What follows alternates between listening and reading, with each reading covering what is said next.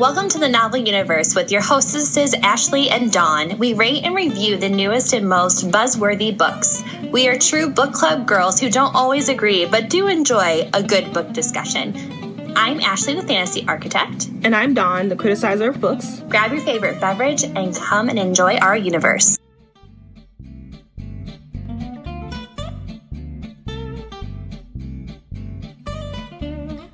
Hi, everyone, and welcome back to the Novel Universe with your hostesses, Ashley and Dawn.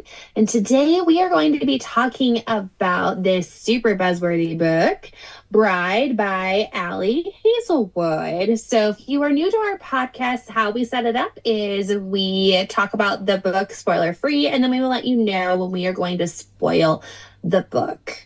So for those of you that are joining us for the first time, Dawn and I do not discuss the book before we talk about it. That's kind of like our POV because we want our reactions to be genuine and we want to make sure that you guys are getting a good and honest, solid review. Our next book is going to be The Familiar by Leigh Bardugo. So if you are Bardugo fans, everybody line up because we're going to do one of her newest releases that comes out in April. So without further ado, Bride by Ali Hazelwood. Okay, this book is your classic need for vampires and werewolves and humans and alliances and dirty secrets, dirty ties, all of that stuff. There's now an alliance that needs to be had yet again between the vampires and the werewolves. So then that way they can calm down on the slaughter that's going on another side of the world. But of course, our main protagonist is not who they pertain to be. And there might be some, sultry, muscular alpha males involved in this. That's about as far as I'm going to go with it because I feel like everything within the description spoils what's going on within this book. So follow us along for Misery and Lo's story. Dawn, what did you rate this book? Oh, I gave this book a big old 2. This was not enjoyable at all. I gave this book a 2.5. I am shocked. And I have to say, I'm a huge Hazelwood fan. Huge Hazelwood fan.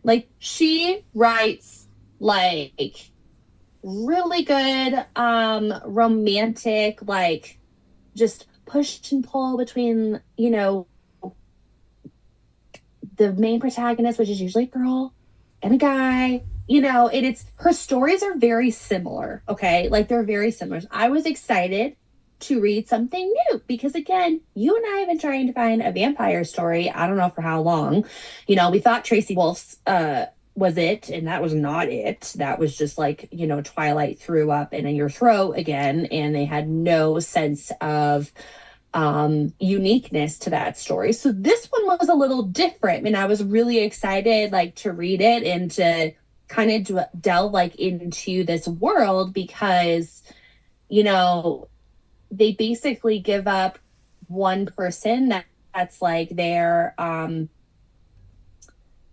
bounties to make sure that nobody crosses each other's borders. Yeah. And I'm like, that's weird. Yeah. That's weird. I'm excited about that, right? Mm-hmm. But as we'll get into our dislikes, there were some things that just kind of missed the mark. It kind of just missed it. So, what was your first dislike of this book? Well, since you and I are in agreement with why we did. I know. That's a first. It is a first. Well, okay. So I have never read it. Haley, that's not her name. Alex Hazelwood, Ali. I've never read a book by her before. I thought I did, but I got her confused with Christina Lauren. So I have not read a book by her. However, I know that she is a romance writer. She is not a fantasy writer, and she needs to not ever be a fantasy writer ever again because she just info dumped her world. There's no world building at all. Everything was just kind of explained in conversations, and you really couldn't get immersed into the world at all because once somebody just word vomits your world, you kind of forget the little nuances of what's happening. Mhm. And that's what happened. So you can't just call yourself a fantasy writer by dumping a whole bunch of info on your reader and then say, oh, well, I'm a fantasy writer now. Let's get back to the romance. Like, So I have to say, like, I am a big lover of Ali Hazelwood's romance novels. She writes those really well. There's a plot. There's, beginning, middle, and end. Yes, some of the tropes you're like, I'm here for it, but it's the journey, right? Like that's something I think that I always say on here. Like, I'm here for the journey and how we got there. Like, because a lot of it I've read before. This, I was like, what is happening? Like, I really like her as an author. She cannot write fantasy. She cannot do it. Like, and my biggest like gripe with this book is that when you stop caring about what the plot is, you've lost me as a reader. Like, I no longer cared what happened between the werewolves and the vampires and the humans. I no longer cared about Misery's quest. Like, I did it just kind of went, and even like the thing that she writes so well, which is her romance, like to get to that point, I even lost interest after that because of some things that happened. And I'm just like, what the heck? What are we doing? Like, and that's supposed to be the biggest tie, especially when you're writing a fantasy book. There has to be a quest that I'm caring about. I am caring about getting to that point. yeah. Whether that's because we need water, someone sold someone over here to, slavery, whatever. Like, I'm here for it, but not that is bad. It's bad. Is bad. Is bad. What was your next biggest thing? I feel like there was a lot of missed opportunities for deeper themes. Like she seemed to have a lot of really good themes starting, like relationship with her father, Misery, and her father. The fact that Misery was told at some point that she has no goals and that she's aimless, like that's a huge theme right there. She also had no connection to her vampire self. That's a really big theme, but none of it was explored. The daddy issues thing was just surface level. One of Yep. the other things I said may or may not have been resolved, and the answer is may not. And actually, yeah, I'll just leave it at that because I'm getting into the spoiler territory. But she didn't explore any themes here, and that kind of makes your novel like relatable. I Mm-hmm. mean, we already have vampires and werewolves, and that's not necessarily relatable because we're none of those things. But they can still have emotions and go through things that we do that makes the book relatable to the reader. Which, Right. Right. And there has to be something that we can attach to, whether it's the characters, whether it's the themes, whether it's, um, just who they are as people anyway. Well, maybe not even people, they're creatures, but like yeah, there was nothing to attach us to at all. I had a really big problem with, and this is me because I've read stuff like this so much. Like, we knew about a relationship's potential so fast. So fast. There was a moment that happened, and I went, well, there's that. You know, it ain't no Easter egg. That's just like, oh, by the way, if you read it all, you're gonna see what's happening. And that's not okay, in my opinion. As somebody who enjoys certain things like that, no, I was not happy. That was like the first lowering of a star for Ashley. oh, okay, And that was soon. Like that was really yeah, quick within the book too. And I was like, mm-mm, you gonna do that? Yeah. yeah. Mm-hmm. Let me see. didn't like Misery. I don't like her voice, the sarcastic bitchy girl. I don't like that girl because authors never really do anything different with that woman. She's just snarky and sarcastic, and Mm-hmm. the main guy loves that and finds her to be unlike any other girls. Even though that wasn't stated, it's kind of, well, Inferred. yeah. Yeah. Yeah. Yeah. Uh, I agree with you. I do. I had an issue with her as a character. There were moments where I was like, "Oh, I like that about you," and then there were moments where I was like, "And there confirms why we would never be friends." Like in the real world, like we would not get along together. We're not compatible. I had an issue with like who our villain was. I had a big issue with that because it wasn't. They weren't good. They No. weren't good. It was kind of flat. Again, stay in your lane. If you're writing romance, write romance. If you're writing fantasy, write fantasy. Yep. Mm-hmm. Um What about you? You got any more like big dislikes? no, I think those were the huge ones. Okay, I have nitpicks. Nitpicks. It's nitpicking time. It's nitpicking time. I I cannot unsee a knot ever again. I know, and I we can talk about that more in the spoiler, but I want to know what you were envisioning because I don't know what I was envisioning. So, Uh, yes. We will definitely will talk about how we cannot with a knot. yeah. I felt like Misery never ever shut up. Like she would be saying something and then he would try to interrupt her and then she would Mhm. just keep talking in her head and talking out loud and he'd be like, "But wait. It basically this is a new type of miscommunication where the main character just does not shut up and listen for 5 seconds. And she would have gotten the information that she needed. Mhm. Mhm. Yeah. So mine was similar to that, but mine was with Lo. So like Lo's supposed to be depicted as like this rather kind, loving, smart architect werewolf. What what I did not connect with Lo's architect dream.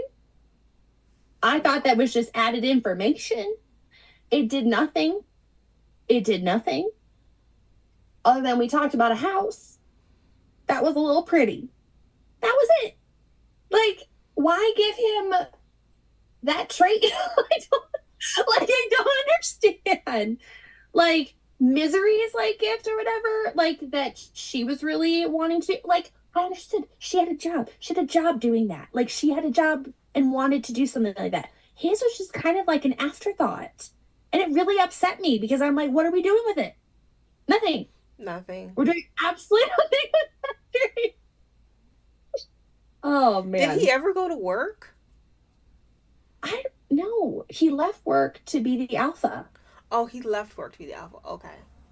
He left that dream. He left that dream. He left that dream. Dream of architecture. I didn't think he was very alpha like either. Well, I mean, I guess there were a couple of times where he was like growl, but I was like, oh, okay. her well-being, we see that happen with the first time she gets attacked, and he gets all at her like that's alpha E. Yeah, Yeah. I guess. There were a couple of outdated slang, and Yes. it drove me nuts. I can't remember one Mhm. of them, but one of them was she said something and then not. I'm like, Not. dude, that was 1996. We don't Yeah. say that anymore. It's been 30 years since Wow. we said not. Whew, that is really nitpicky, but that's why we do this little segment, because I I cannot with the knots. oh no. That is the title of the podcast, friends. I I cannot cannot with with the the knots. knots. My last little like small nitpick is why would you name your daughter Misery? I know. What? Yeah. Like we're already failing people. Like we are failing before we get started in this book. I thought that it was just it was a theme. Like I thought her name was supposed to be the theme of misery. Like, but her real name was like Miserella or something. Miserabilla. Like something else. Like I thought there was like a deeper meaning to like why she was named that. Mm-hmm. Nope. No, her name's just Misery.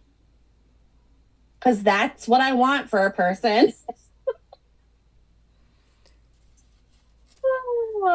Anyway. Yeah. Yeah.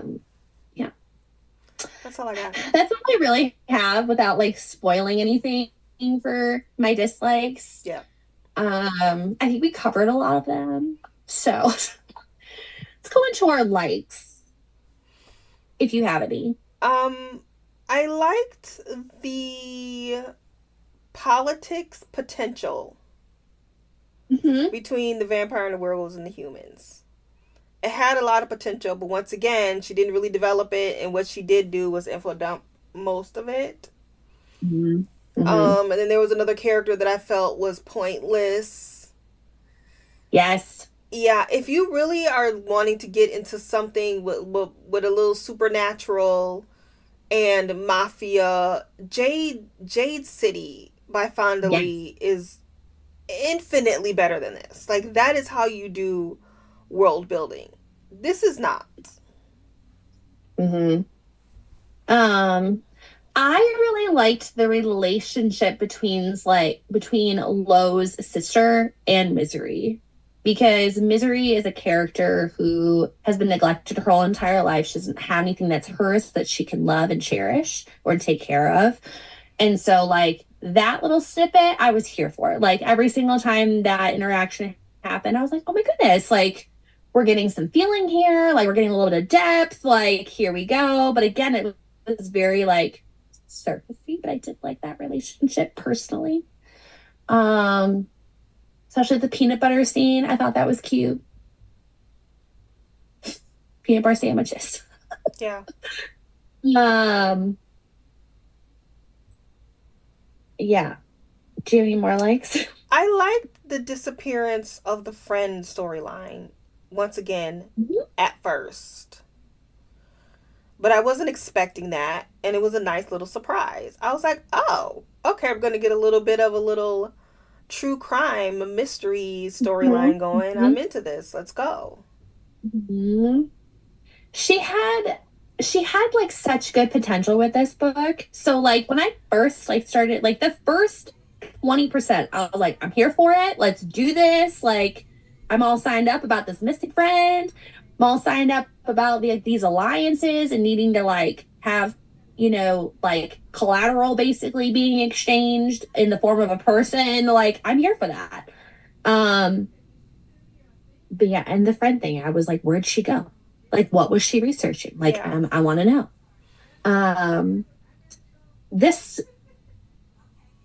The smut was decent in this book, except for certain things that we can talk about in the spoiler part. Yeah. But I was here for that. Because, I mean, Ali, she does write good. I was like, okay. And I was let down.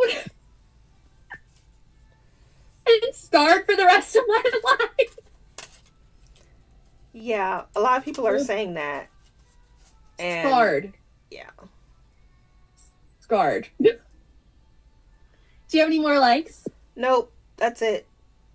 There was one quote in this book where it's talking about, because like This is my last basically like of this book. Um, there's one quote, and of course I can't even get it because it just deleted it off of here. There's one quote from Lowe when he's talking to Misery about where she's asking him like if you were to choose someone, who would it be and all of this other stuff. Um and his like little monologue that he gives her where it starts off with like I would take anything she chose to give me, the tiniest fraction of her entire world. I would take her for a single night out knowing that I'll lose her by morning. I would hold on to her and never let go.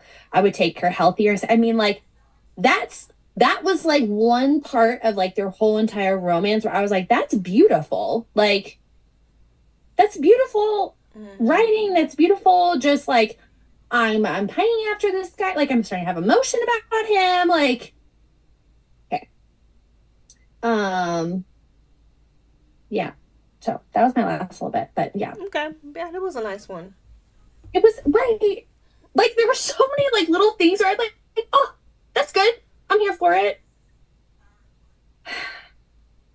Let's get into the spoiler. Okay, so guys, if this is your first time here, Dawn and I are going to be spoiling this book. If you don't want to hear about us spoiling anything, just know that our next book for next month is going to be Leigh Bardugo's The Familiar. Otherwise, I think we're just going to get into spoiling because I don't think we have anything else to say without spoiling this book, right? Yeah. Nope. Okay. Well, we're going to spoil it in 5, 4, 3, 2, 1. Where would you like to start? We might as well start with the knot. The knot. Okay, I want to know what you pictured, please. So like a knot in the middle of the peen, right? That's what I was picturing. Yeah. That's what I was picturing too. But like at the base. That's what I was like.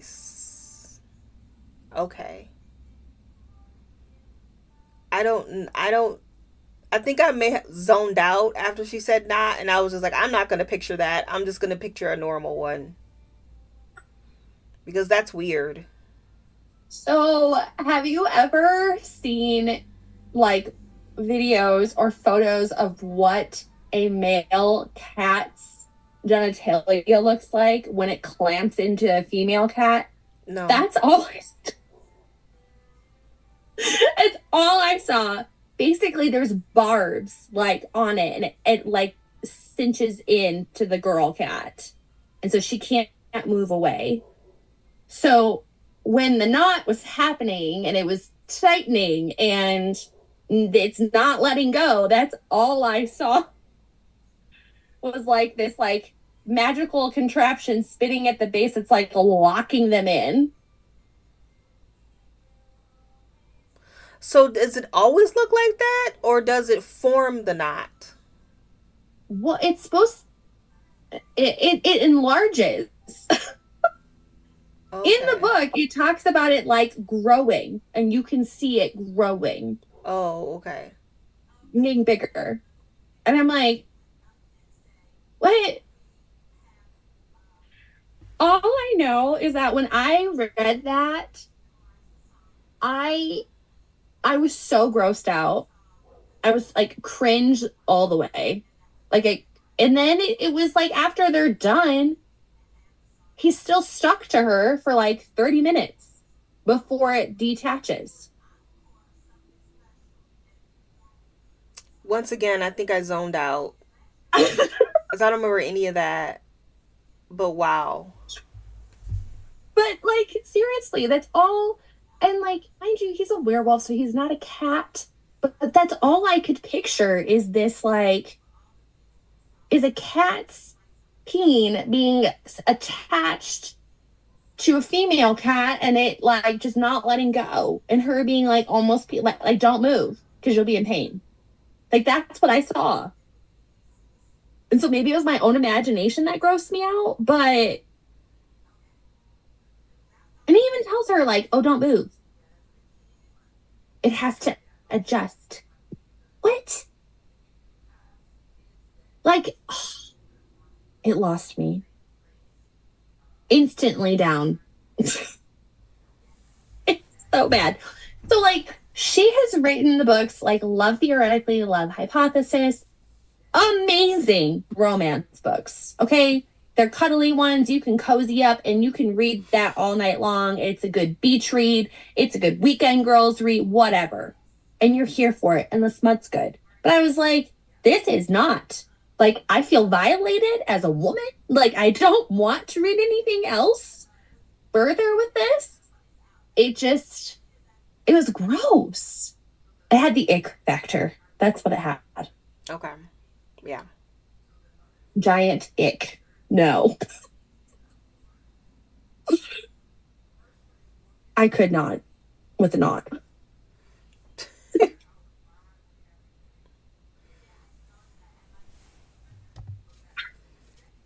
Yeah. I don't know what else is there to spoil. Well, I guess like the whole thing about like her friend going missing. Oh no, wait a minute. Oh, you wanted to say The something, yeah. mating thing, knowing she is his mate. Are you kidding me?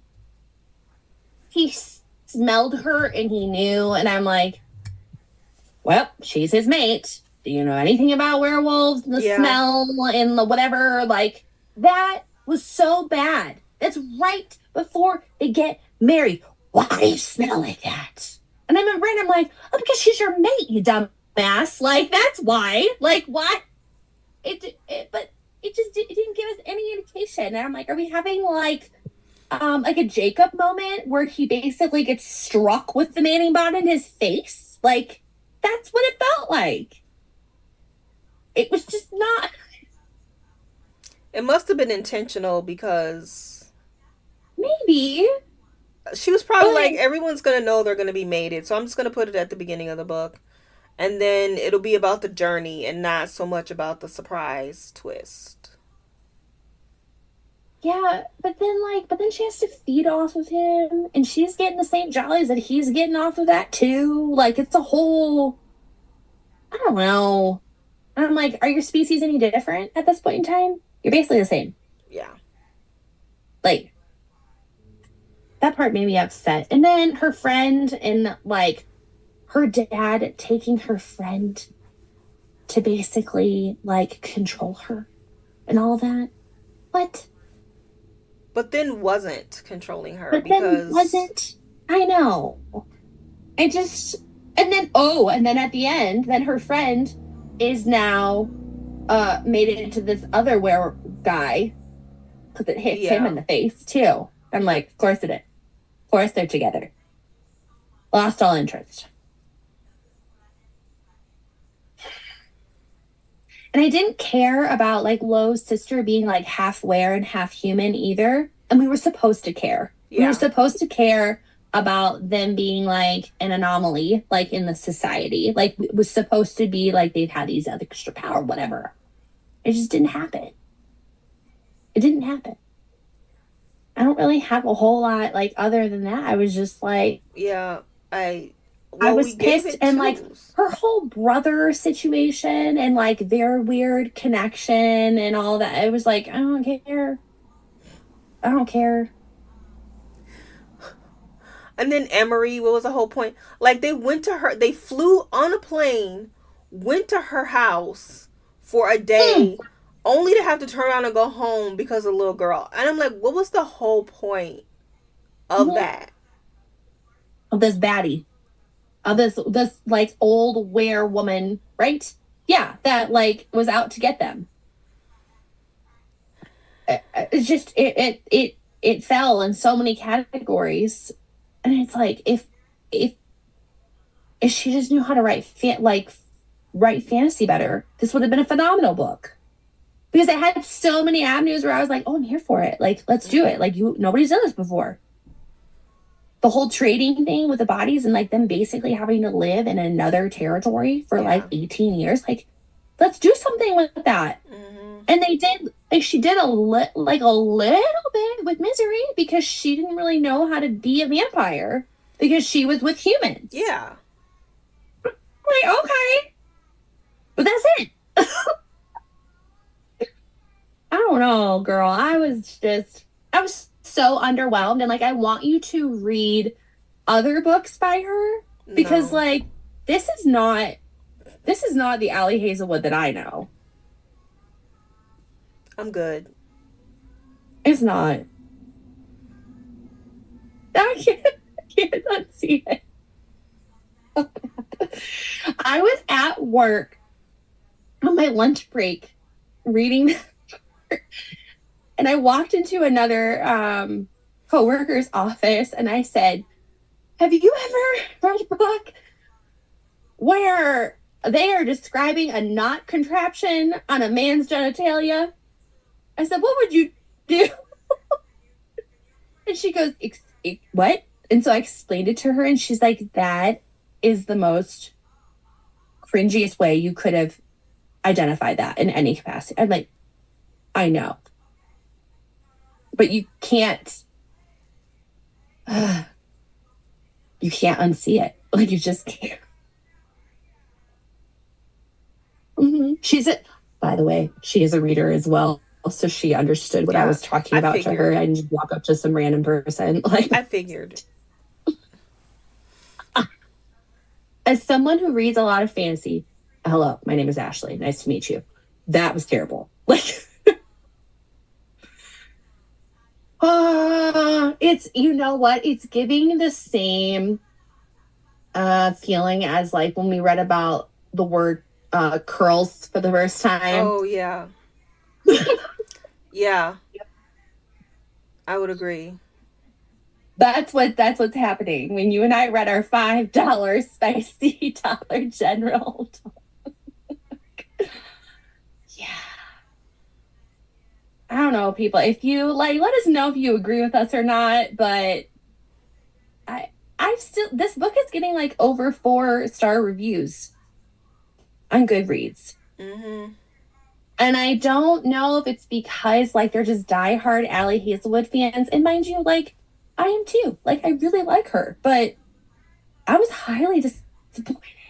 I I think. don't think I can get over those Yeah. areas. The lack of plot, the word, the there was nothing to hold on to after we got to a certain point.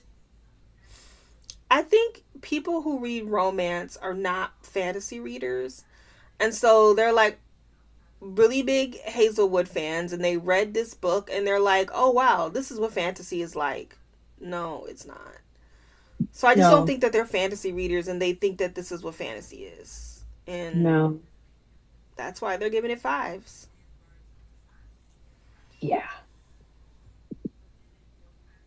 that's bad. I'm excited to read our next one though, because at least she knows what she's doing. Yeah. At least I hope so. Actually, she has never steered me wrong, so I'm going to speak it out into the universe with Bardugo because she's solid. She's solid. I'm sorry, guys. This was a very lame book to review this month, but hopefully you enjoyed our talk about it. And until next time, we'll catch you in the next podcast. Bye bye.